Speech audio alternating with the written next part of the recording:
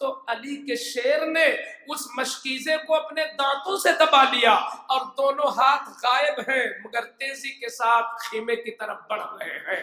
چاہ رہے تھے کہ کسی طرح پانی پہنچ جائے مگر قدرت کو جو منظور تھا وہی ہوا. ایک یزیدی نے نیچے سے تیر مارا، مشکیزہ پھٹا اور پورا پانی زمین پر گرا. پانی کا گرنا کیا تھا، عباس کی ہمت ٹوٹ گئی اور عباس کے حوصلے پست ہو گئے. جو مقصد تھا وہ ختم ہو گیا. آرزوؤں کا شیش محل چکنا چور ہو گیا، تمناؤں کی عمارت ڈہ گئی اور حضرت عباس زمین پر آ گئے. جب زمین پر آئے تو یک بیک چاروں طرف سے ایسا چوطرفہ حملہ ہوا کہ آپ کی روح بالکل نکلنے والی ہو گئی.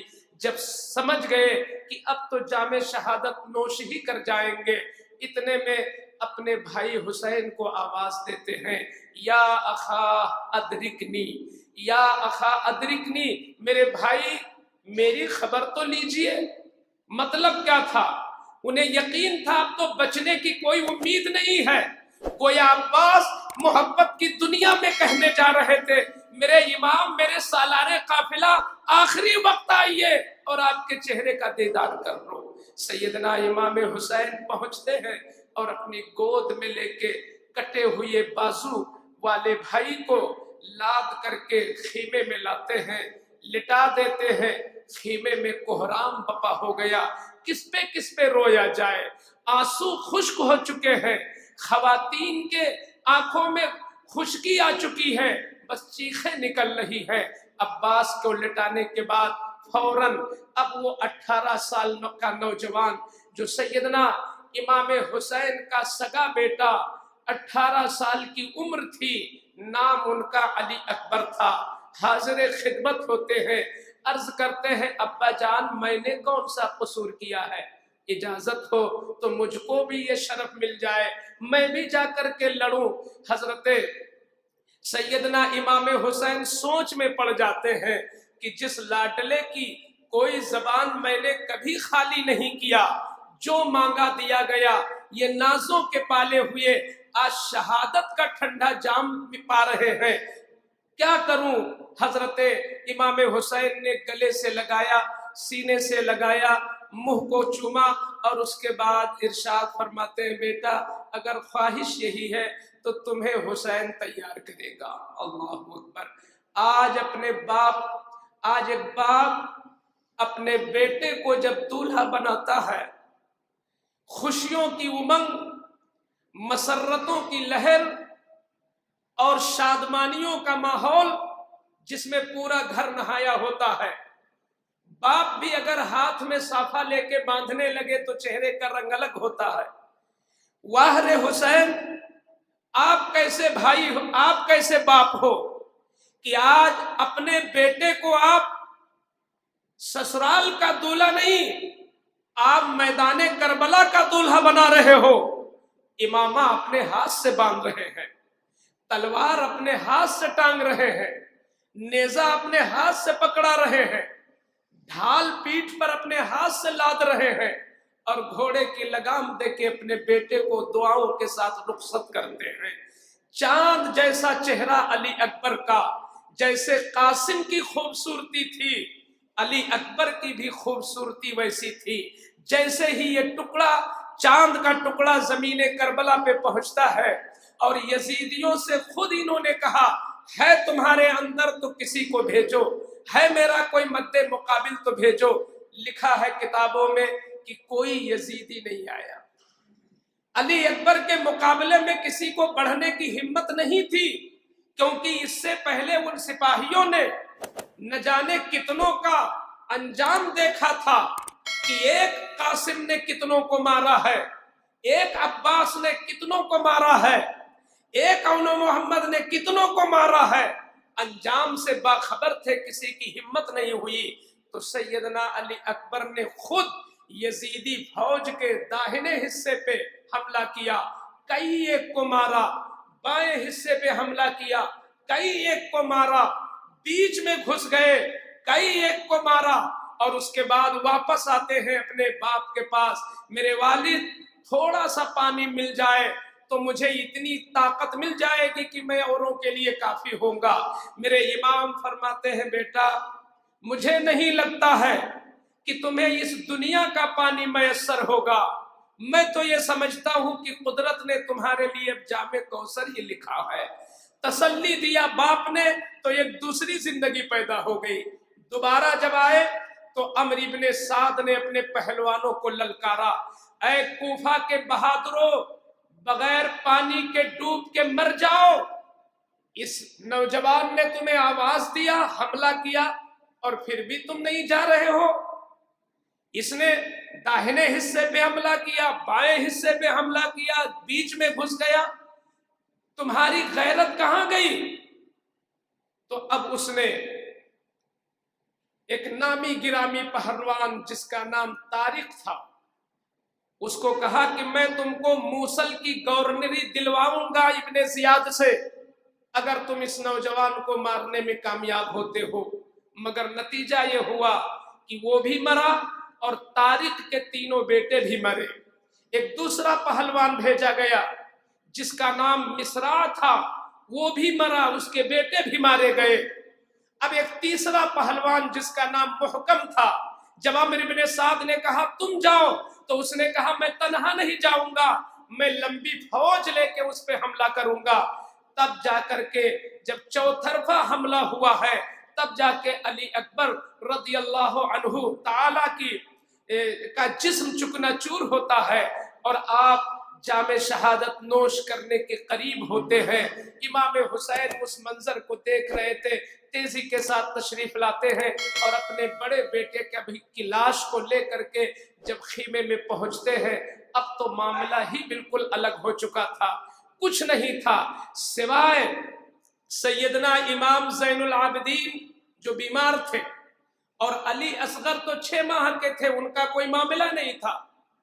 علی اکبر شہید ہو چکے تو آپ کے دوسرے بھائی امام زین العابدین جو بیمار تھے، عمر ان کی تقریباً 22 سال کی تھی، کانپ رہے تھے مارے بخار کے، مگر دین کی کیسی حمیت تھی، ان کے رگوں میں اسلام کی حمیت و غیرت کس قدر سرایت کیے ہوئی تھی کہ تاریخ لکھنے والے نے لکھا ہے کہ کانپ رہے تھے مگر نیزہ لے کر بارگاہ حسین میں پہنچ گئے۔ میرے والد مجھے بھی اجازت دو، اب حسین کے جو الفاظ تھے وہ سننے کے قابل ہے۔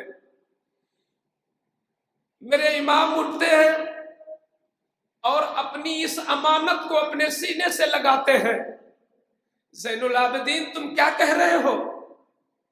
تمہیں شہادت پسند ہے اور خاندان کی خواتین کی عزت پسند نہیں ہے؟ میری نگاہیں دیکھ رہی ہیں کہ کربلا تک ان کا کوئی محافظ ہوگا تو تم ہی بنو گے۔ میری نگاہیں دیکھ رہی ہیں کہ اگر مدینے تک ان کو لے جانے کا کوئی خاندان میں ذریعہ ہے تو تم ہی ہو۔ اور میرے بیٹے سنو، میری شہادت تو منظور ہو چکی ہے، مجھے بھی جانا ہے، قدرت نے میری شہادت کو لکھ دیا ہے، وہ ہو کے رہے گی۔ میری نسل قیامت تک کس سے چلے گی اگر تم چلے جاؤ گے؟ اس لیے تمہیں نہیں جانا ہے، تم بستر پر لیٹو اور ان خاندان کی حور صفت خواتین کو تمہیں کو مدینہ منورہ نانا جان کی تربت تک پہنچانا بھی ہے، اور انشاءاللہ تم زندہ رہو گے، نسل حسینی تمہیں سے چلے گی بھی قیامت تک۔ میرے امام اتنا کہنے کے بعد ابھی ٹھہرے ہی تھے کہ آپ کی سگی بیوی جو قبیلے بنی خزاعہ کی تھی وہ سامنے آئی۔ اللہ اکبر، ذرا اس منظر کو بھی زمین یاد رکھنا، اے آسمان تیری نگاہیں اس منظر کو کبھی نہیں بھول سکیں گی کہ آج جیسے قربان گاہوں میں 2500 اور 50 جانور کاٹے ہوئے ایک طرف سے لیٹے رہتے ہیں، ایسے ہی کربلا کی اس تپتی ہوئی زمین پر حسین کے اس معمولی خیمے میں کئی جوان خاندان کے ایک طرف سے لیٹے ہوئے ہیں۔ 3 دن پانی نہ پینے کی وجہ سے خواتین کے جہاں آنکھوں سے پانی خشک ہوا